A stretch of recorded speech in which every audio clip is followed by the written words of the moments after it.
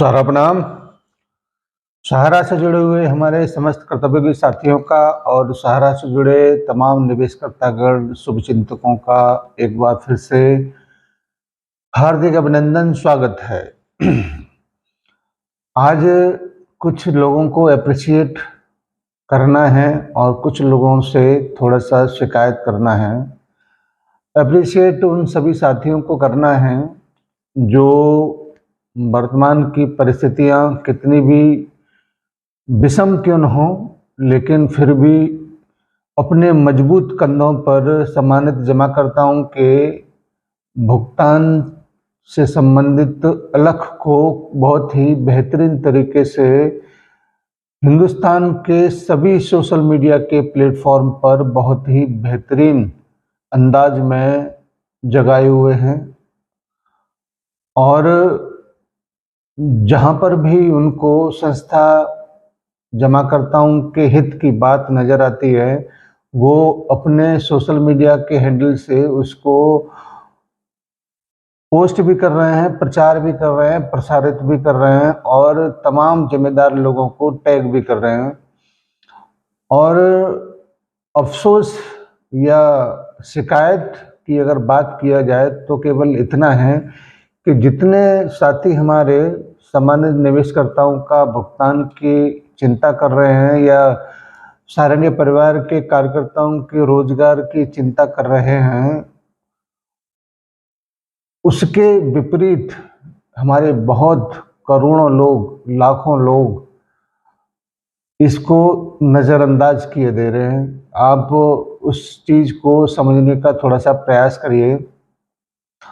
सारण्य परिवार के निवेशकों का भुगतान कितना आवश्यक है और इसके लिए एकजुट होना कितना जरूरी है, ये हमारे और आपके एकजुटता के ऊपर डिपेंड करता है।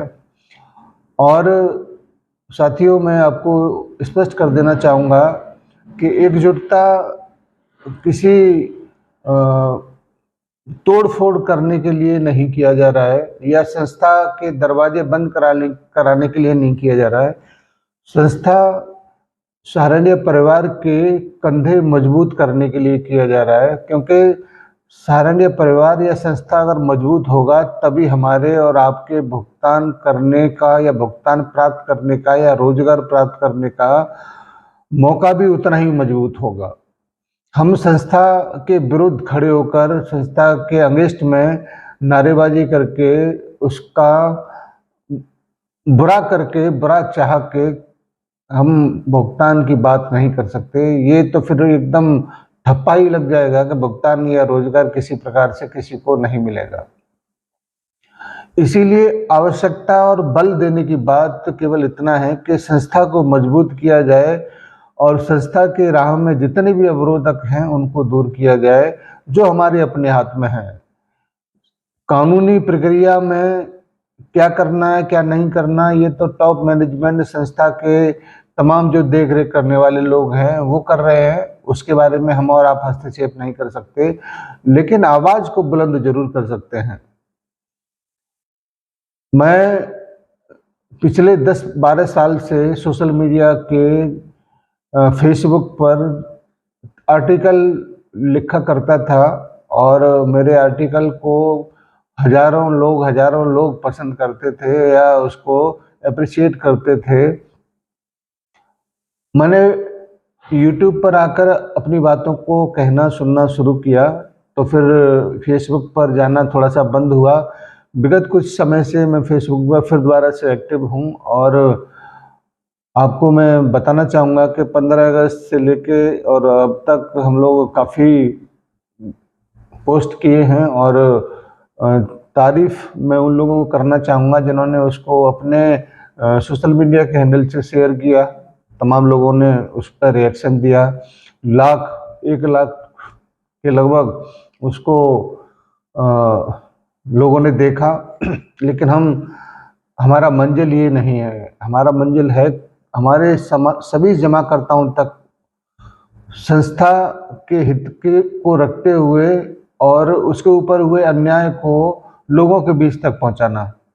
अगर हम इस बात को सामूहिकता के साथ बड़े स्तर पर अगर करते हैं तो हमारी बात कहीं न कहीं किसी न किसी रूप में हिंदुस्तान के टॉप राजनेताओं तक और सुप्रीम कोर्ट के किसी न किसी माध्यम से माननीय न्यायमूर्तियों तक जरूर पहुंचे, क्योंकि हर कोई सुप्रीम कोर्ट की तरफ देखता है। और विगत कुछ समय से या इसी महीने कह लीजिए, सुप्रीम कोर्ट की तारीख गिरगिट की तरह से रंग बदलने लगा है। और इसको मैं कहना चाहूँगा कि पहले 11 तारीख का डेट मिला, बहुत उम्मीदें लोगों को थी, लेकिन 11 तारीख के बाद फिर 18 तारीख हुआ, 18 तारीख के बाद फिर 22 तारीख हुआ, 25 हुआ, 26 हुआ, अब 28 हो चुका है। और 28 आते आते क्या बदलेगा ये अभी फिलहाल भविष्य के गर्भ में है। इसीलिए ऐसा भी हो सकता है कि अभी 11 तारीख 12 तारीख को जो 21 मामलों का डेट बदला गया था, उसकी वजह से वो डेट सहारा के डेट से मैच नहीं कर रहा हो, या जिन जज महोदय को या न्यायमूर्ति को सहारा के उस मामले को सुनना है, अगर वो टाइमिंग उनका मैच नहीं कर पा रहा हो तो निश्चित रूप से उनकी टाइम बदलना उनकी मजबूरी है। शायद ये भी हो सकता है। तो बहुत कुछ है, इसके बारे में आपको जब तथ्य आंकड़े सामने आएंगे तब आपको बताएंगे। लेकिन ये बात पक्का है और मैं सैल्यूट करना चाहूँगा अपने तमाम जाबाज साथियों को, जिन्होंने 10-12 साल संघर्ष करने के बाद अगर इतना हौसला बनाए रखा है, तो महीना 2 महीना में जो कुछ भी इधर उधर हो रहा है डेटों का या उनकी उम्मीदों का, तो उस पर भी वो संयम बनाए रखेंगे।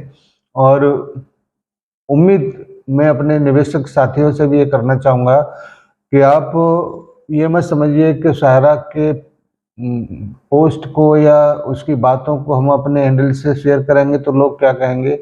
आप उन्हीं लोगों की मदद करेंगे जो इस सहारा के भुगतान को लेकर सरकारी तंत्र के सिस्टम से पीड़ित है। सहारा से पीड़ित नहीं है, सहारा तो खुद पीड़ितों की संख्या में है। तो सरकारी सिस्टम से जो पीड़ित हैं, आप ज़्यादा से ज़्यादा लोगों के बीच में ऐसी बातों को जरूर शेयर करिएगा जो सिस्टम को जगाने का काम करता है। हम लोग लगे हुए हैं और अपने सामान्य जमाकर्ताओं के भुगतान और कार्यकर्ताओं के रोजगार मिलने तक हम निश्चित रूप से पूरी तरह से जान झोंक कर आपकी मदद के लिए हमेशा तत्पर रहेंगे।